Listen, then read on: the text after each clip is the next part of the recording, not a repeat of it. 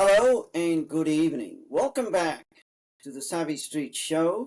And back again is our US presidential panel. First up, we have Ruth Papazian, who is a political consultant, and she helps moderate Democrats overcome extremist Democrats. We'll be talking more about that today. Welcome to the show, Ruth. Thank you. And we have Ed Mazlish, who previously was a delegate in 2016 for Ted Cruz, also another very sharp, savvy political observer. Welcome to the show, Ed. Hello, Vinay. Hi. And we have David Harriman, who is a physicist and a specialist also in Ayn Rand's philosophy. Not the only one here. Welcome to the show, David. Thank you for having me on. And Roger Bissell, who is a musician, sometimes co-host, and also another expert in Ayn Rand's philosophy. Welcome to the show, Roger. Good to be here. Okay, we will be jumping on to domestic terrorism first up. And that phrase I think I first encountered in 2021 after Jan 6. I think that bill didn't pass in the Biden administration. It did pass in 22, seemingly targeting white supremacists, but in fact we're targeting political opinions. Now that term is being used by Steve Miller. And there have been extremely contentious riots, ICE being blocked. So I'll turn to Ed first. What is your view of all of that? My view of the ICE blocking or of this kind of Miller strategy of using the term against them, the domestic terrorism, and of, I guess, Trump's strategy to deport illegals being blocked, and he's being obstructed at every juncture. Well, I don't recall Trump or the Trump administration identifying this as domestic terrorism. I've heard a few times the threat of the Insurrection Act being invoked, and maybe that they're insurrectionists, but I think that these are people that have a primacy of consciousness mentality, meaning that they think that fact comes from what they have in their head rather than what is actual external to their consciousness, what's actually in the real world. For instance, they think that a man can identify as a woman can identify as a man, and most importantly, for this purpose of this discussion, they can identify Trump as Hitler. And the problem for them is every single day Trump demonstrates that he's not Hitler. Whatever flaws he may have, he's not Hitler. He's transparent.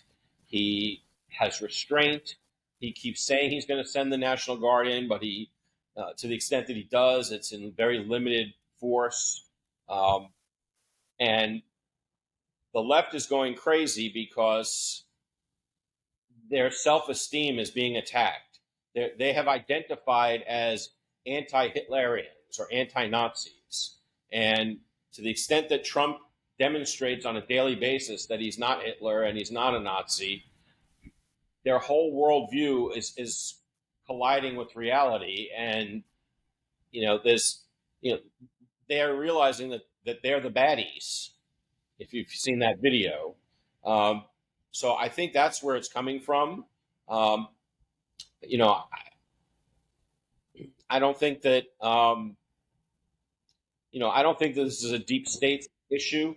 I think that the protesters are too grungy and unkempt.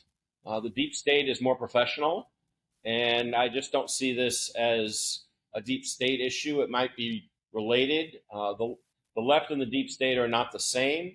They're allies, but they're not the same. I see the deep state as something that the left created, and it's sort of a Frankenstein for them now. But I think that the real issue with these blue city and blue state riots and protests against ICE is that their self-esteem is being attacked by Trump refuting their view of reality and their identification of him as Hitler. That's what I think. What's your view, Ruth? Are these the foot soldiers of the deep state being deployed, or are they just people who don't know what they're doing? Yeah, I do see that the resistance movement against Trump and his policies and those who carry out his policies as being an effort to protect the deep state. I do. So whether it's Musk or ICE, Antifa, Indivisible, and other radical left groups are organizing these violent rioting that include vandalism, improvised weaponry, physical assaults, and even the inadvertent murder of an illegal alien. But these people are being trained in paramilitary tactics, in how to make improvised weapons.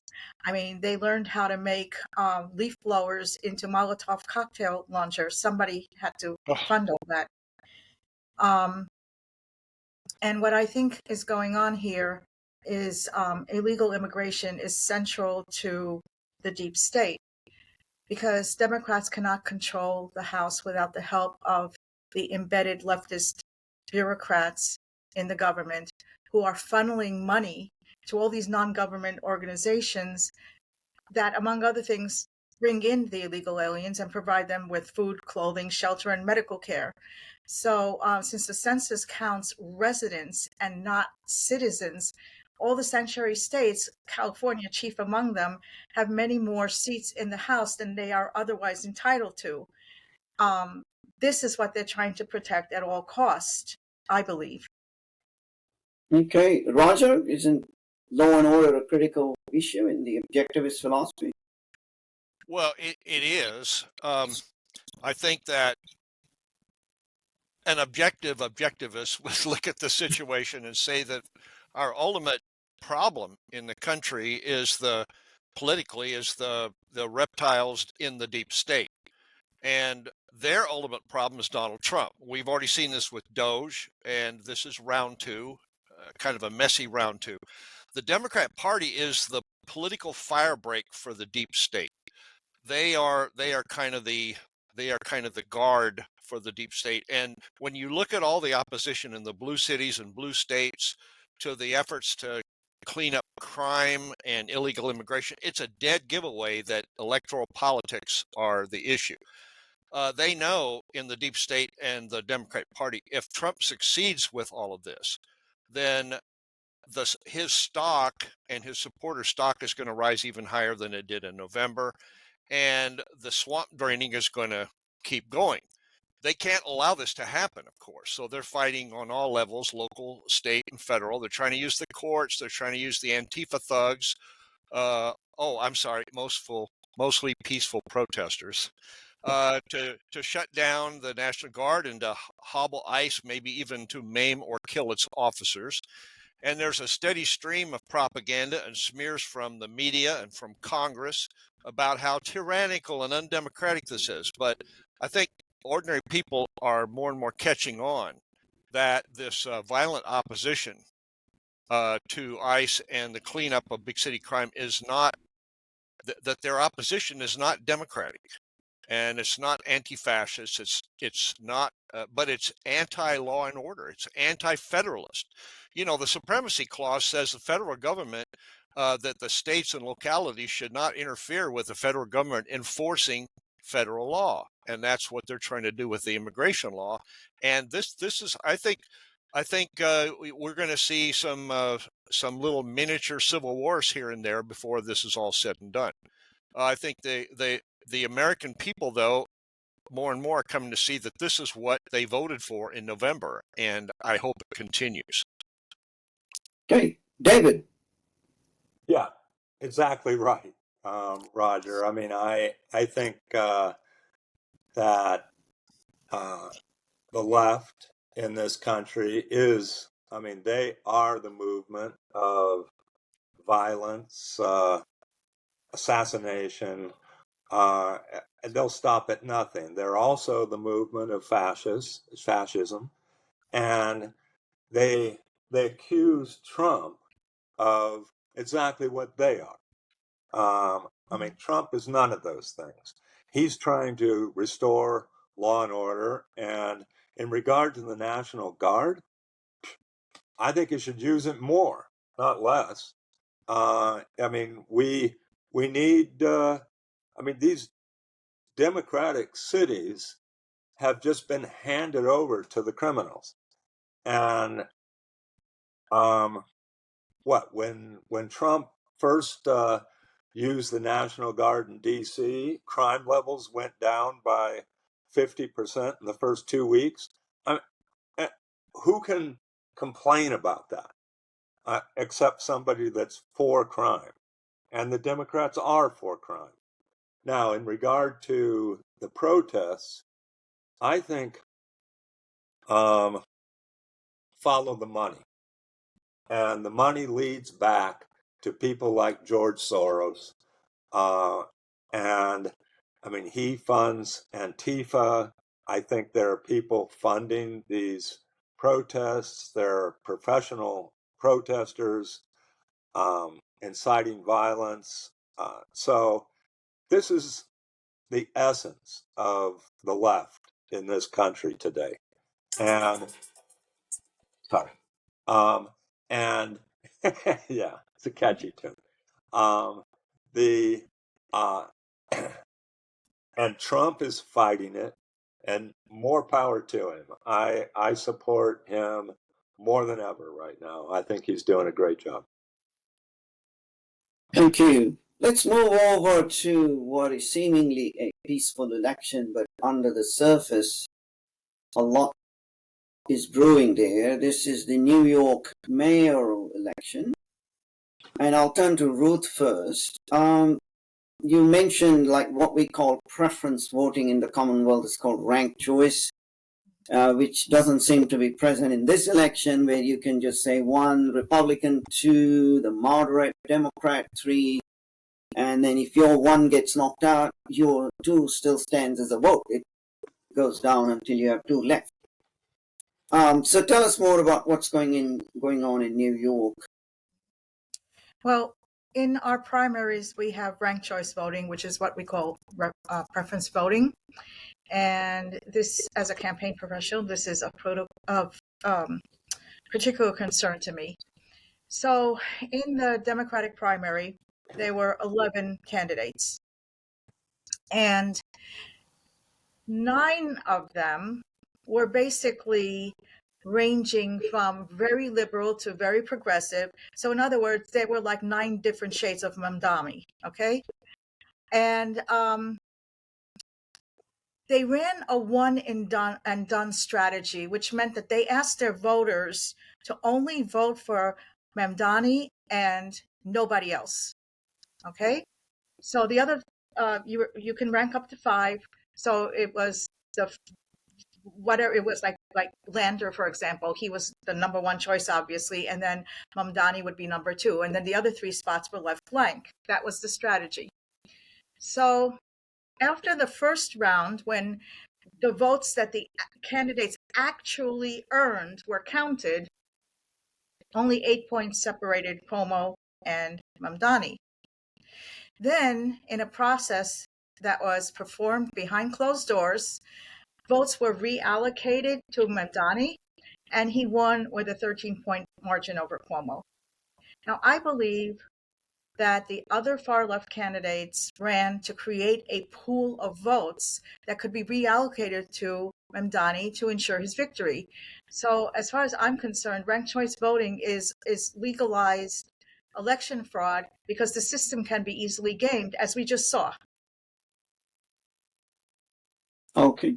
Roger, could it have been gained in the current election? There's only 3 candidates, not 13. And the Republicans could do the same thing. They could throw 6 candidates into the mix, but you can't in the final count. I should just say this is only for the primary. The general election does not have ranked choice voting. I can't see how it can be gamed in the general election. Right. I think that might be helpful in the general election, or even or even a runoff election between the top two vote getters if neither of them got a majority. But this is the real world. And I think in a few short days, it's likely that we're going to have New York City is going to have its first openly avowed democratic socialist mayor, or communist mayor, if you like, although he denies that. I don't think there's any scenario that's going to change this. Not even if we discover that Mamdani took part in some kind of satanic ritual sacrifices, and the New York Times talked about it. Even if they had preference voting, though, the only other conceivable winner would be Andrew Cuomo, and just set aside his accusations of sexual harassment. He caused, in my opinion, thousands of nursing home deaths during COVID. So do you want a commie or a murderer? Not a very good choice. I admire and I love New York City. So I have to underscore that, because it sounds like I'm just really down on New York City. But its politics are really swampy a lot of the time. And they say politics is kind of just the tail of, and the dog is culture. And so I don't know how to fix that. I don't know a legal or constitutional way to impose preferential culture on places like New York City or Chicago or LA. Preferential voting, that may give you some more sense of satisfaction about your view actually making some difference. But the culture is where the change has to start, and that requires a lot more deep thinking. And I know we're in election season, but I don't think it's going to come out well, and I'm really sorry for you folks up there. Okay. Can I jump in for 1 second? Yeah. I just want to say that it took a combined total of 20 years for Giuliani and Bloomberg to get New York back on track as a safe and prosperous city after Dinkins essentially handed over running the city to Al Sharpton. And in those 20 years, we had a lot of Nepo baby hipster socialists move into the city who didn't live through the bad old days. Right. They'd have no idea what it was like. And they are a dominant, demographic now.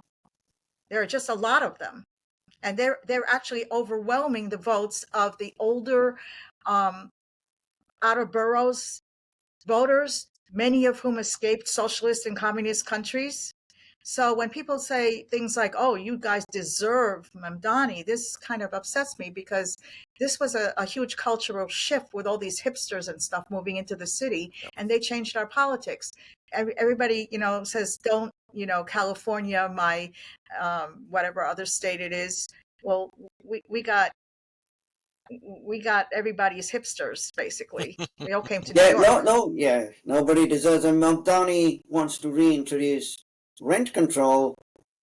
He refuses to unequivocally condemn Hamas. Mhm. Can anything be done, David? Will the Republicans stepping out, would that help? Oh, me? Yes. Well, I mean, no, a Republican is not going to win in New York City. Now, if he steps out, can Cuomo win?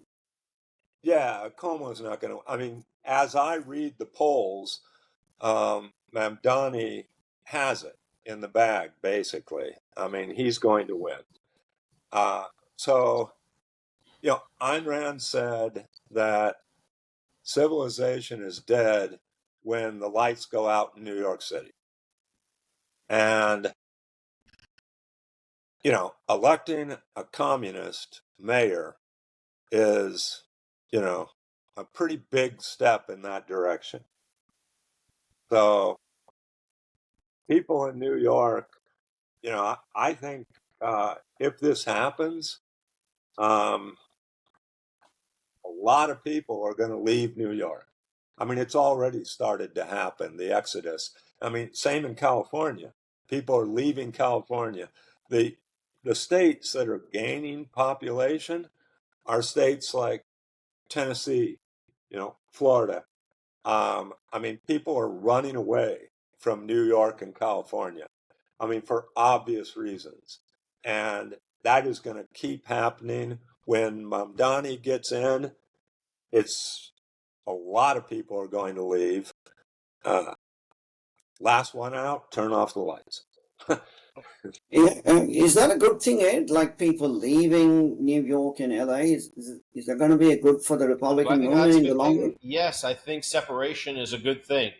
I don't think that I think that separating into different, living amongst people that you want to live with, and homogeneity is a homogeneous population is better than a heterogeneous one, especially when it comes to philosophy and ideology.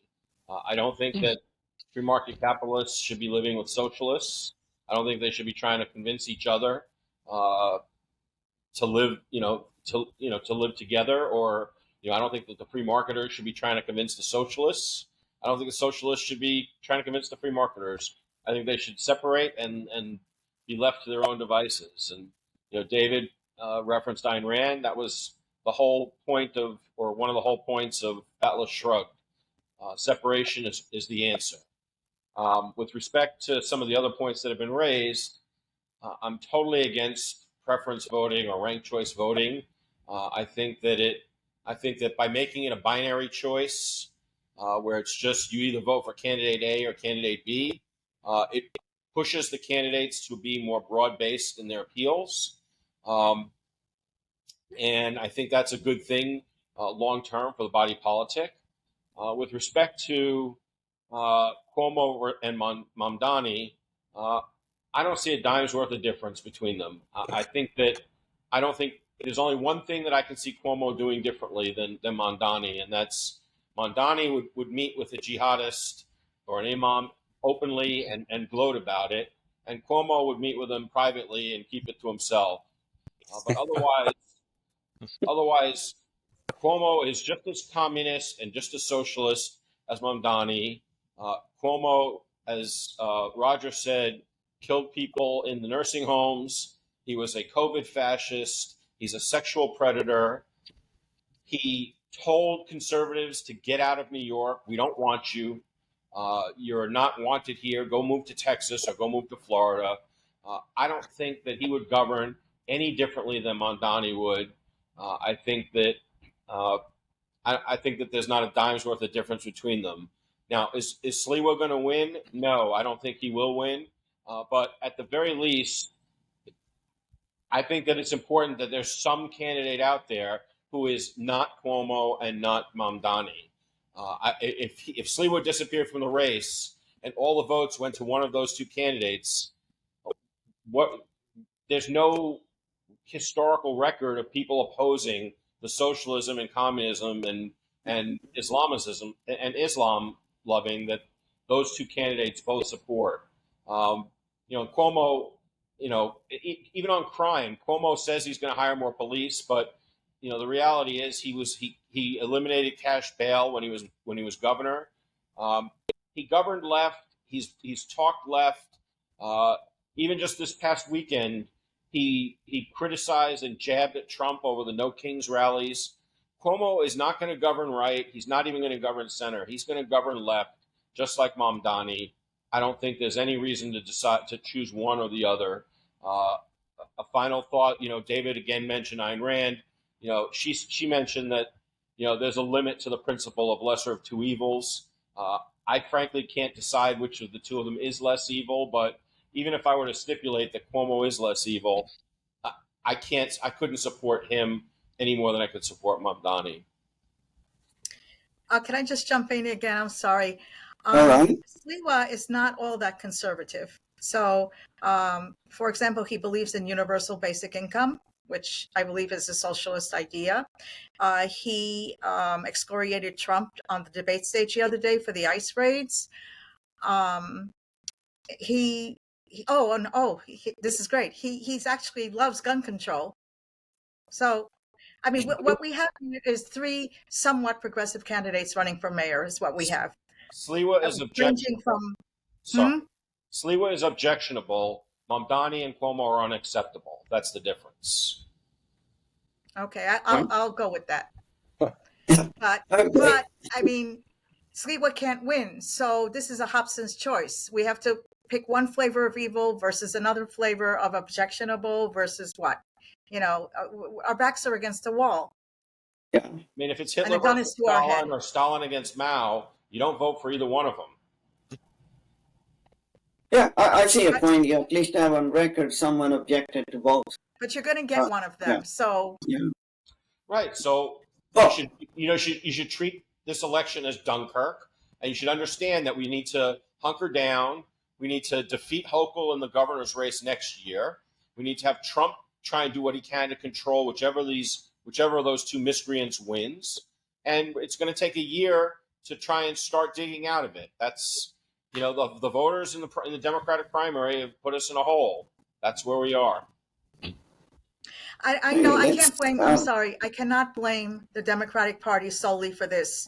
Okay. The Republican Party has completely failed in New York City and New York State as an effective oppositional party.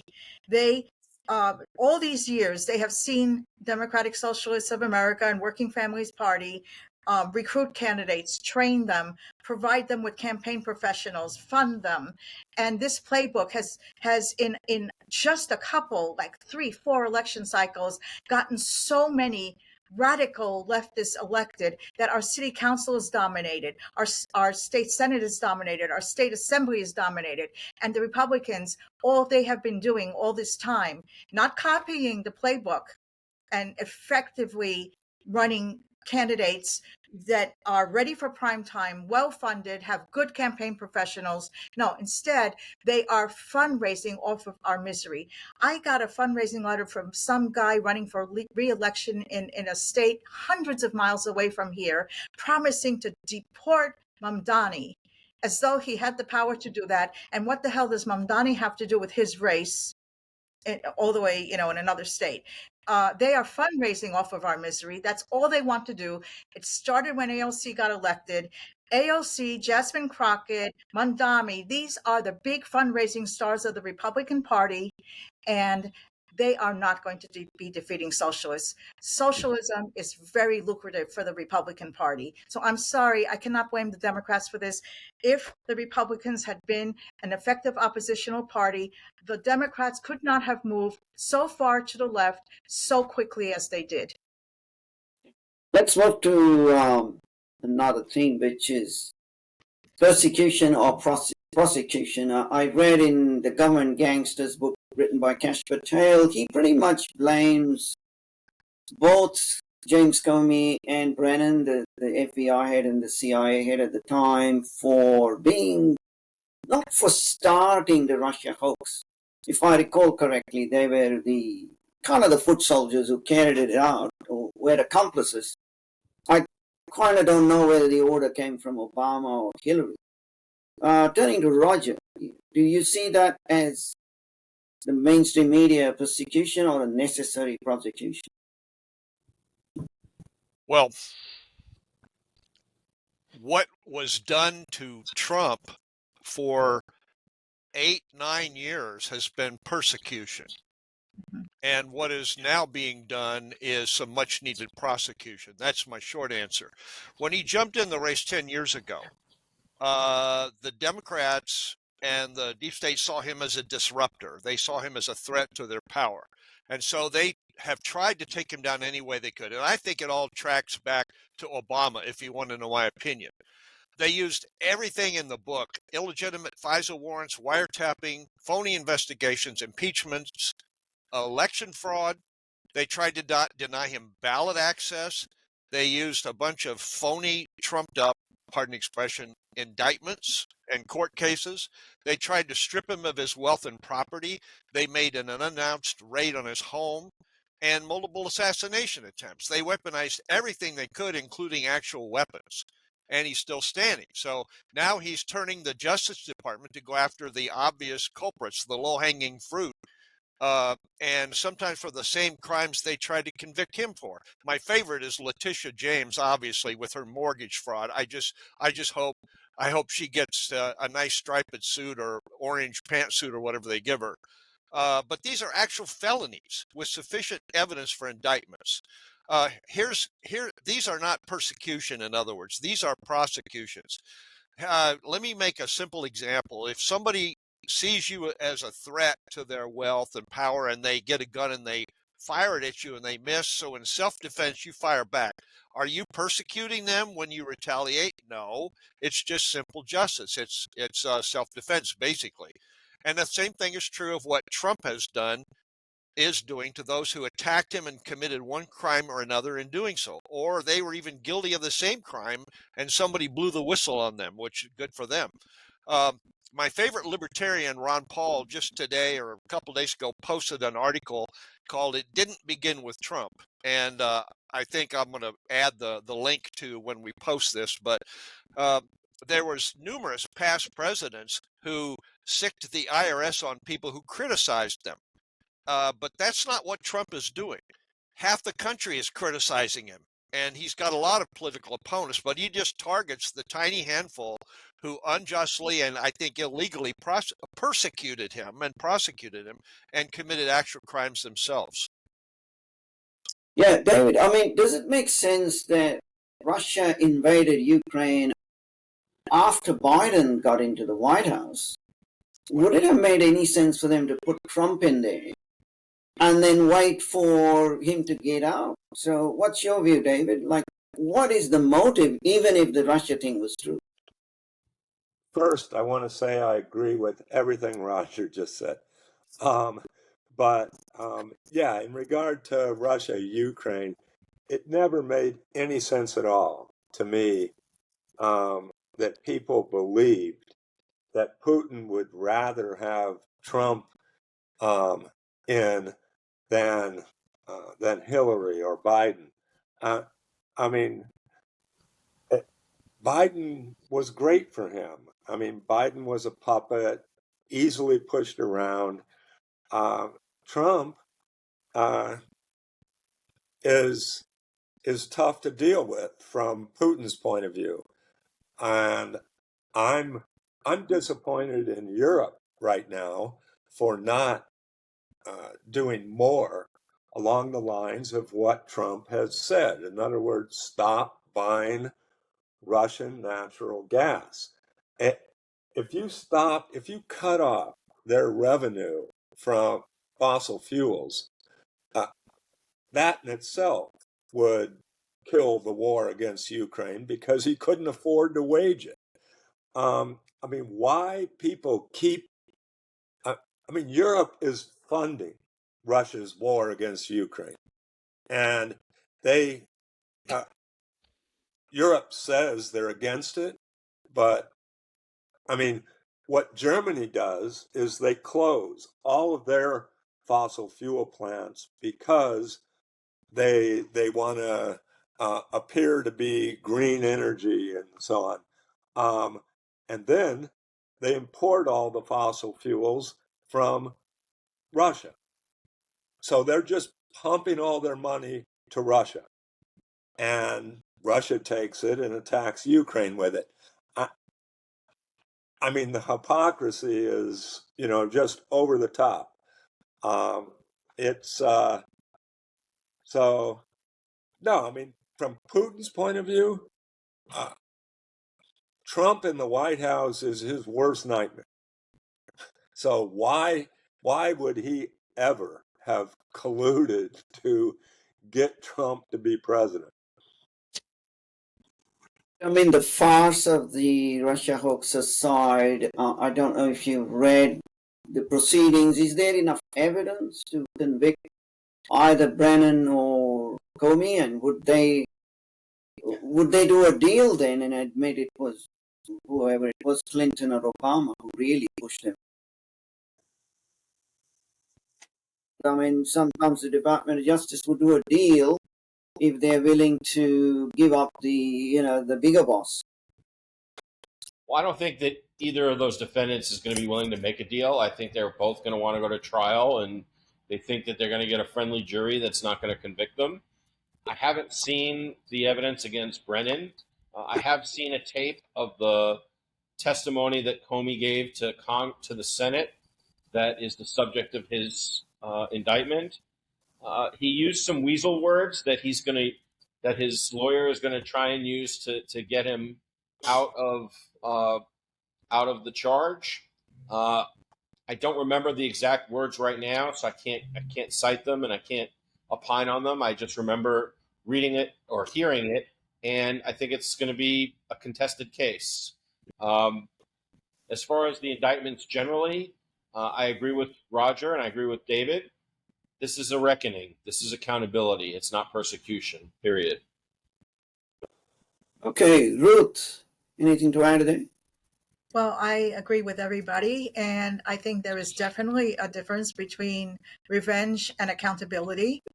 And I would like to point out that as far as evidence goes, you recall that recently Kash Patel said he stumbled upon the existence of a burn room at the FBI that contained documents that could be material evidence against, I don't even know how many Obama and Biden officials.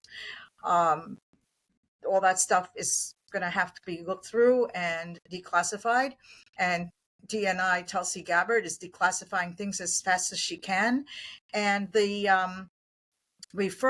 criminal referral to the DOJ that was made by Jim Jordan is based on newly classified information that the House Judiciary Committee on Intelligence had. It was part of their report, but it was classified at the time. Now it's declassified. So with all this new evidence coming out, declassified documents, burn rooms, all this stuff, there's going to be prosecutions. There are, and it's going to be a reckoning, as Ed said. Brilliant. Now, David, you mentioned fossil fuels in relation to Russia, but let's talk about fossil fuels in relation to the United States and generally around the world. In his first term, Donald Trump, and even in the first 9 months of his second term, was generally just kind of, let's get out of Paris, drill, baby, drill, but was not engaging or was not confronting the net zero scam. But on September 23rd, to the UN General Assembly, he confronted it directly. Instead of just evading the topic, he said it is a scam. He called it a con job and a green scam. Is that a welcome change of direction? I love seeing that. Now, he has been consistent with that from the beginning, as far as I can tell. One of the first, one of the first executive orders that he signed was repealing some of the Democratic executive orders against fossil fuels. So he has been, I think, pretty consistent on that issue. But coming out and just blasting this whole green energy business and the global warming thing as a con job, I loved it. And I think there's two issues here. One is, even if it was the case that man-made CO2 was, warming the earth in a way that would ultimately be detrimental, the fact is that we have no alternative right now. I mean, there's no way to run civilization on windmills. And everybody knows that. People promoting windmills and solar energy, they all know that. It's anybody who isn't a complete ignoramus on the issue knows that. So everybody knows that there's only two sources of energy that are strong enough to fuel civilization: fossil fuels and nuclear power. And a lot of these, the left is against both. Now that immediately tips you off that the issue is not just CO2, and it's not global warming, because if you're against nuclear power, okay, nuclear power doesn't release any CO2, and it doesn't lead to any global warming. So, what you're really against is civilization. These are, and right now, we're not even in a position to run the country on nuclear power. I mean, I think we could get in that position, but it's been basically shut down by the government. But right now, fossil fuels are it. And so if you close them down, you close down the country. Now, the second issue, I mean, I don't want to go on too long here, but the second issue is scientific. How strong is the argument that man-made CO2 really does cause global warming? And I think those scientific arguments are weak. I think they've been proven to be weak. Every government model of global warming has been proven wrong. It has overestimated the warming, every single model. And weather is an extremely complicated thing, and there is a huge amount of evidence that climatologists don't understand it, and they are vastly overestimating the effects of man-made CO2. So, thank you. Ed, is that a good thing? I think it is that the change in Trump is that he is now confronting the scientific issue rather than saying, well, China doesn't play ball, India doesn't play ball, Russia doesn't, so let's not do it. It's a very different argument. I don't think that he's actually confronting the scientific issue. I think that he's doing something even better, which is mocking and ridiculing the proponents of climate change. And I think that's better because while there's a place for refuting their science, their bogus science, I think that exclusively focusing on refuting their science bolsters their argument. It gives them a credibility that they don't deserve. yes. And I think that that's the genius of what Trump was doing.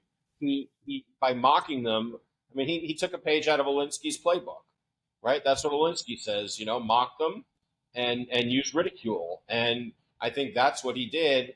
I think that other people have done a great job at debunking the science. Not only is the science questionable, as David mentioned, but even if it were true that carbon emissions increase global warming, there's a separate issue as to whether that's a good thing or a bad thing.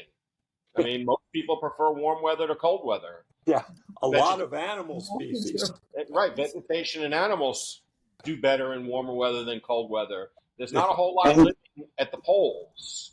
So it's, I think that's a separate scientific issue. But to me, I don't want to get too far into the scientific issues because the pro-climate change side is so replete with dishonesty and fraud that I don't think they're worthy of a scientific debate. I don't think that they deserve it, and I don't think that we should do anything, or I don't think we should do much more than mock them. I think that there are some people that are providing the scientific justification against them, and that's fine.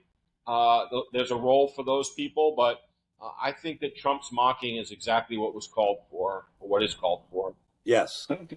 Just mock them and defund them. Ruth, is that a good strategy? Well, I'd like to see Trump defund them. Well, I think that it's not just climate change, but broadly, science is debauched and a lot of fraud and a lot of research that doesn't stand up to scrutiny. And I think that, before climate change became a thing, we had real science. But since then, to prop up, this false narrative, we've had science, and that kind of infected all of science. Okay. Yep. Marxist biology, you can change agendas. Yeah, Well, really. So I think that what Trump did with respect to climate change is part of a broader administration approach, which is evidence-based approach to public health and environmental issues. So this all really began with Robert F. Kennedy heading up HHS, and then Martin McCary at the FDA Commissioner and NIH Director Jay Bhattacharya and CDC Director James O'Neill, and of course Lee Zeldin at EPA. They are now looking at everything. They are questioning all the conventional wisdom, all the scientific consensus that has never been subjected to either rigorous testing or never been re-examined when new methodologies and tools were available. So I think this is a full court press against science, and climate change is just part of it. So I think Trump, what he did at the UN was he threw down a gauntlet and he let the UN know that the globalists are not going to be running our country, and we are not going to be accepting any international treaties or edicts that do not hold up under rigorous scientific scrutiny, real scientific scrutiny. Yeah, we have I'd love an amendment which has to forbid the government from funding science. Yes, David? Oh, I was just going to add, Ayn Rand once said that government science is a contradiction in terms. Right. Yeah, absolutely. And that's exactly true. What government does when they give contracts to scientists is they basically predetermine the conclusion. They said, we're paying you to reach this conclusion. And, if you don't reach that conclusion, your funding is cut off. So he who pays the piper makes the tune. Speaking of tunes, Roger, the musician. What about music? I don't want to talk about music. I do that all the time. Can I talk about science? Yes, absolutely. He who pays the piper plays the tune that way. That's the music. I think we benefit from a two-pronged approach on this. What Ruth was talking about, what RFK Jr. has done, and in other agencies, I think the more challenge to settle science, quote unquote, there is great. If we're finally opening up to real inquiry and scientific debate in those agencies and in hearings and things, I think that's good. But really, to me, the real John Galt moment or the real Atlas Shrugged moments have been happening in the UN. I mean, Javier Milei went in there in 2023 and 24. And he said, you people have been advocating socialism and collectivism, and that's bad. And then in 24, he said, you've been overreaching about energy and environmental stuff.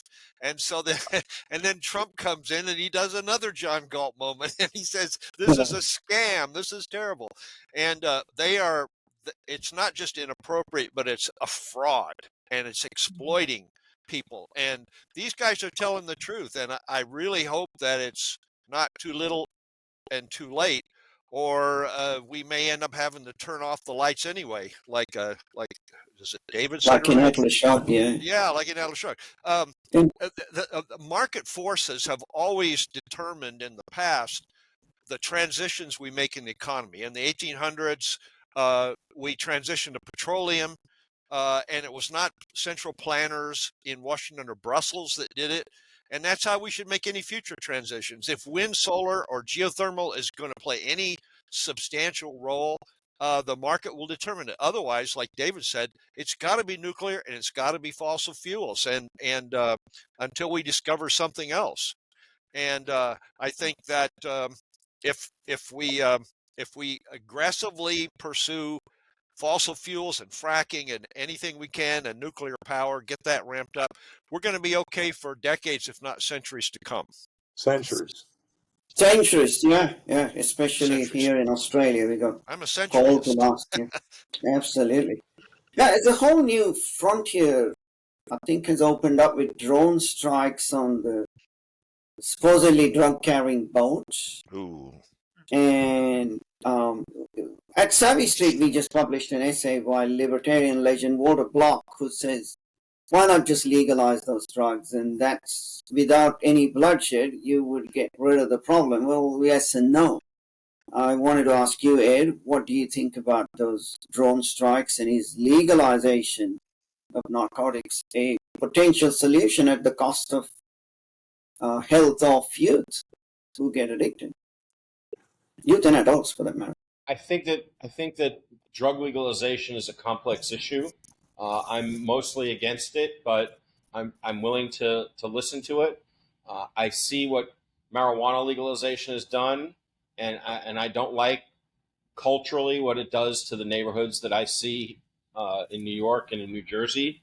Uh, Even when I was living in North Carolina and Michigan, I don't think that the marijuana dispensaries are improvements to the neighborhood.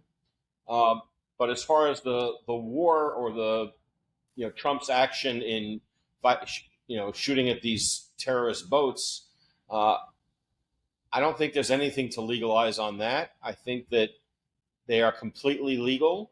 I know that this is a controversial issue for libertarians. I know Rand Paul thinks that the strikes are illegal. I hotly disagree with that. I think Article 2 of the Constitution creates a single commander-in-chief. I think that the president, as commander-in-chief, has the power to use military assets outside the U.S. border without seeking any permission or making any requests either to the judiciary or to Congress. Congress does have oversight. They can cut funding, and in an extreme case, they can impeach. But the Article 1, Section 8 power to declare war is not a restriction on the commander-in-chief power. The president as commander-in-chief, at least outside the U.S. borders, I think he has unqualified power to use the military where he sees fit. Those foreign entities do not have rights under the U.S. Constitution. Rand Paul is simply wrong that we need to give them their rights and get their names and know who they are and what their crimes are. Not is unqualified power or power qualified by an assessed security risk to the nation? I think no. I mean, he can say I assessed it as a security risk. I think that if the president makes the decision that it's a security risk, there's no way that nobody has the power to challenge him. I don't think it's challengeable in court. I don't think it's challengeable in Congress, other than to cut funding for the military action or to impeach him. Okay. Ruth? Okay, well, in January, Trump issued an executive order that designated drug cartels as foreign terrorist organizations or specially designated global terrorists. These are almost interchangeable, but they have the two terms, so FTOs and SDGTs. So then the State Department went and applied these designations to 8 cartels and gangs. So that actually then created this legal framework that it's illegal to knowingly provide material support to them. Financial institutions have to block and report transactions involving them. Cartel member and gang members cannot immigrate to the United States, and those who are found here can be deported. And the U.S. can impose sanctions on Venezuela and other countries. So there is a legal framework, okay? Now, the next thing Trump did was he informed Congress that he considers this FTO designation to allow an armed response against these narco-terrorists, okay? And that doesn't mean just interdiction. It means actually making lethal strikes on them, okay?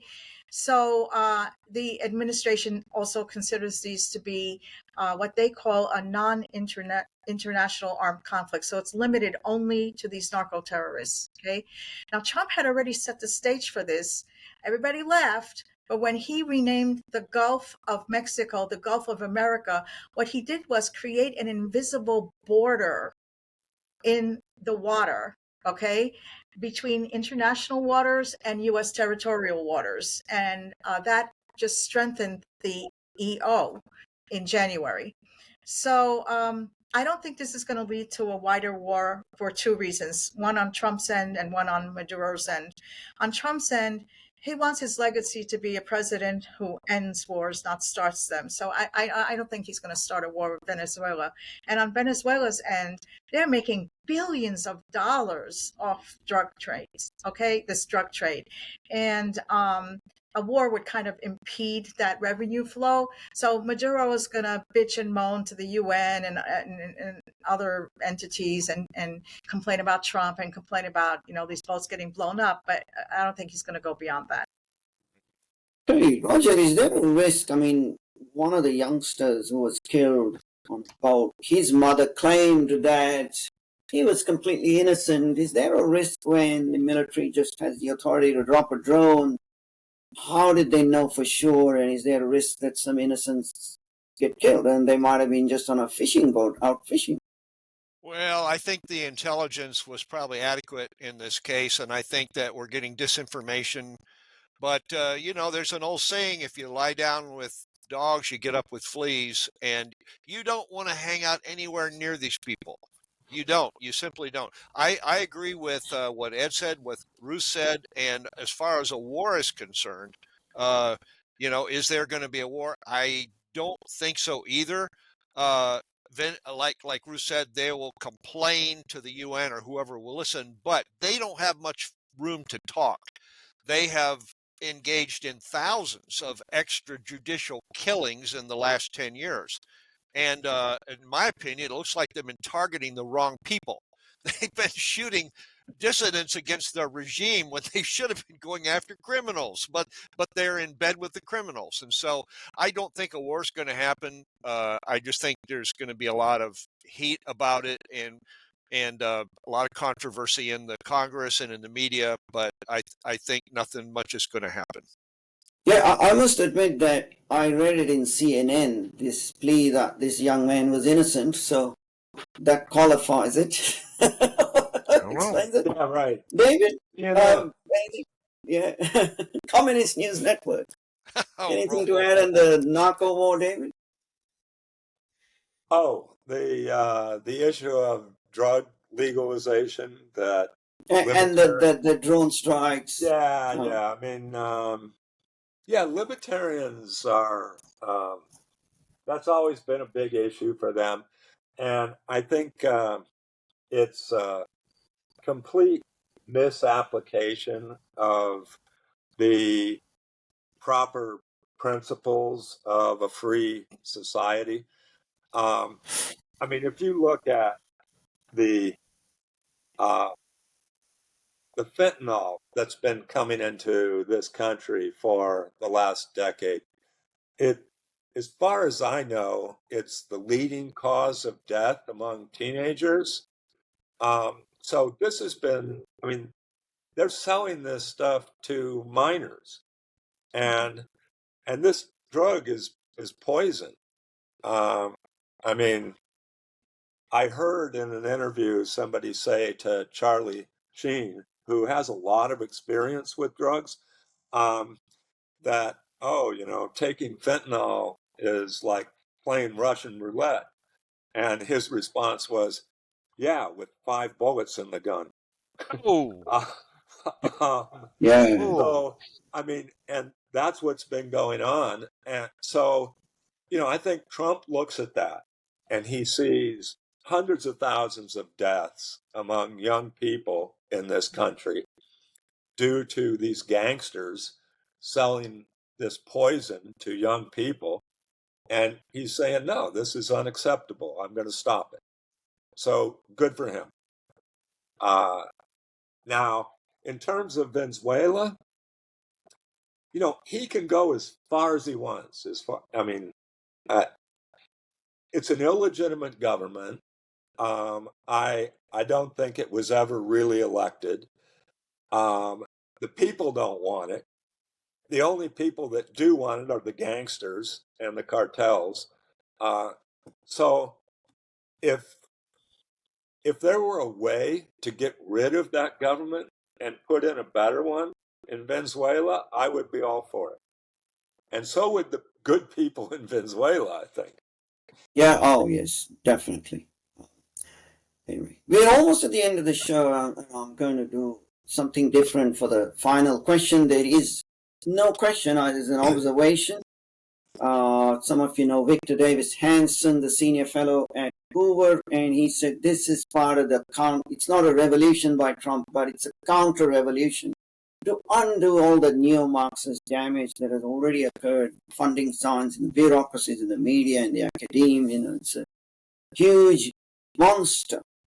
And do we have any sort of final comments? I know Ed perhaps wants to talk about the government shutdown. Roger, maybe at the ballroom. I'll start with you, Ruth.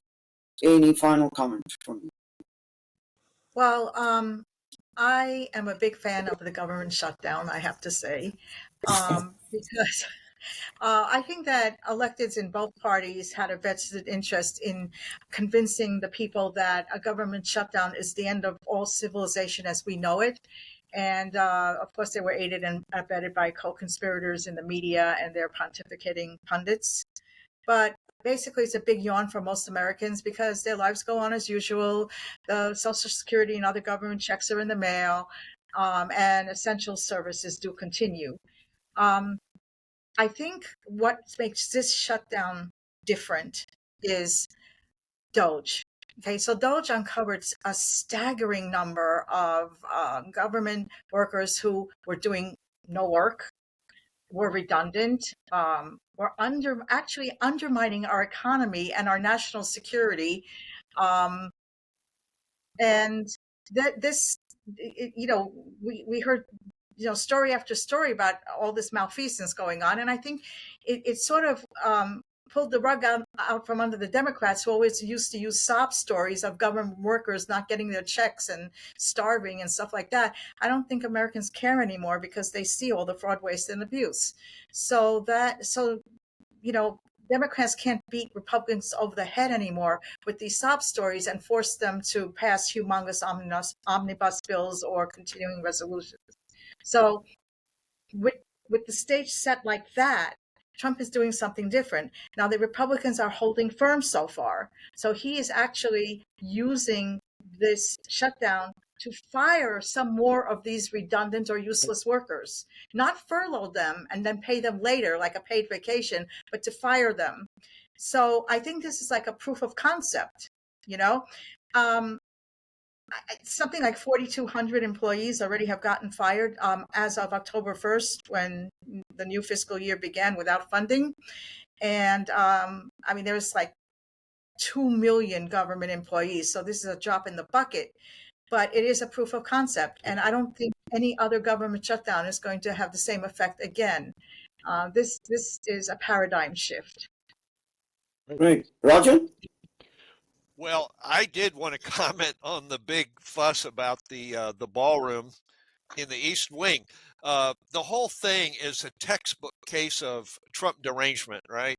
Whatever he does, they just can't help themselves. No matter what you point out, they always have yes, but, and they're angry. And if you say presidents have historically made renovations like bowling alleys, tennis, basketball courts, rose gardens, they say, oh, yeah, but the East Wing is historical and you ought to get approval from Congress or from a historical committee. And if you say it will add a place of beauty and elegance to the East Wing that's historically important, they say, oh, yeah, but it's being demolished and it's ugly and horrifying and hateful. And if you say, well, parts have been demolished before to make it safer or more functional, like when Truman demolished it and rebuilt it because it was falling apart, they say, yeah, but this isn't for safety. It's just to have a fancy place for rich people to feel important. And then you say, well, yeah, we need a special place to have state dinner so people aren't crowded elbow to elbow or sitting out in a tent outside. So, well, yeah, but what about the starving children? And then you say, well, the taxpayers aren't paying for it, private donors are. Well, yeah, but won't those donors expect special favors from Trump? And so, you can't win. It's just like one of these Mobius strips where you meet yourself coming and going. Mhm. So I think another thing the Dems are doing that is just really destructive, especially to younger people, I call it Halloween scare tactics, and it's appropriate for the time of the year. most young people 30 and younger really don't have a historical context of previous deportations by presidents or renovations of the White House or actions against terrorists. And it's like the world began yesterday, and only scary and ugly things ever done were by Orange Man Bad, and everything he does is bad and scary and ugly. And if you don't have any historical context and calm thought, it looks like we're living in a nightmare. And I wish something could be done about this, because we have millions of young people who are being propagandized and molded and conditioned by essentially historical lies or historical evasions. David, any final comments from you? Well, the last thing that Roger said is really important. The first thing that the public school system did is eliminate history from the curriculum, basically. Replace it with something that they called social studies. And the idea of chronologically presenting history as a logical story, causal story, one thing leading to another, that stopped generations ago. So we're seeing the payoff now. I mean, kids can't even, people, not even just kids, but people, 40 years old, they can't even think about these issues because they have no context for them.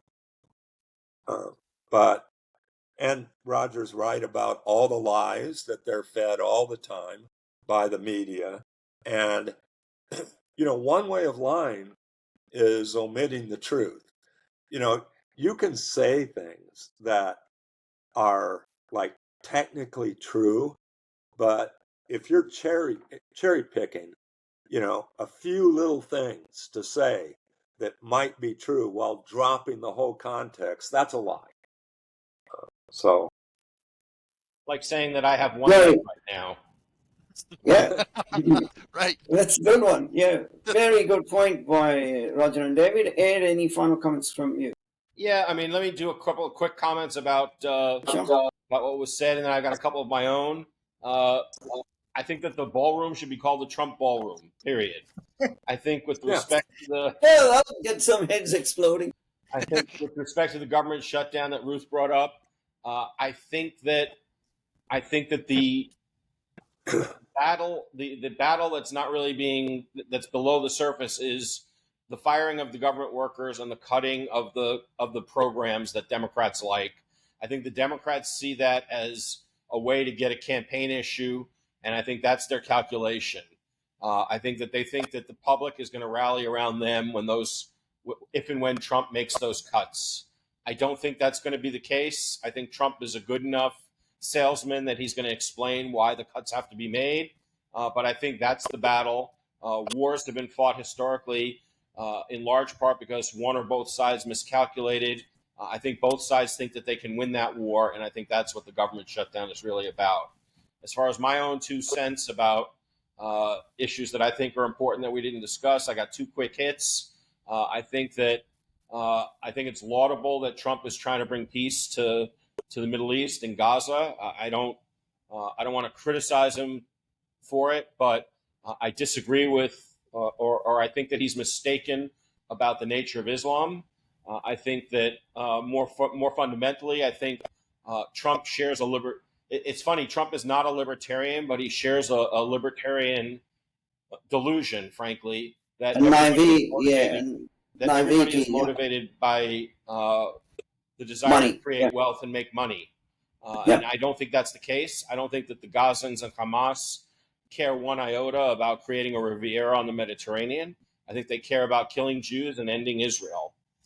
And I think Trump is just mistaken about that. I hope I'm wrong, but that's what I think. And relatedly, one other thing that I wanted to say about the whole Gaza peace process, I think it's very noteworthy when the announcement of the ceasefire was made and Trump brought all those world leaders on stage. First of all, he showed that the UN is totally useless and totally unnecessary. he did all the diplomacy, he did all the financing, all the funding. There's no International Monetary Fund, there's no World Bank loan. The UN is completely useless, and he showed that. And he also showed that he's trying to isolate Xi of China and Putin of Russia, because those two guys weren't invited on the stage while all those useless European leaders were brought on the stage. Yeah. So those are my parting thoughts. Thank you. I mean, we will never run out of topics, especially Gaza would be very well worth discussing. The next time we meet, which is probably going to be around end of January 2026, when, there has been one full year in office, and, the Trump peace plan would have either failed or succeeded or more than likely amended, because Hamas don't keep their end of the bargain. But thank you all for being here. We had a lovely and fruitful evening, and we shall see you all again in about 3 months. And thank you to the viewers for staying with us. And that's the way to become savvy. Good night and good luck. Good night.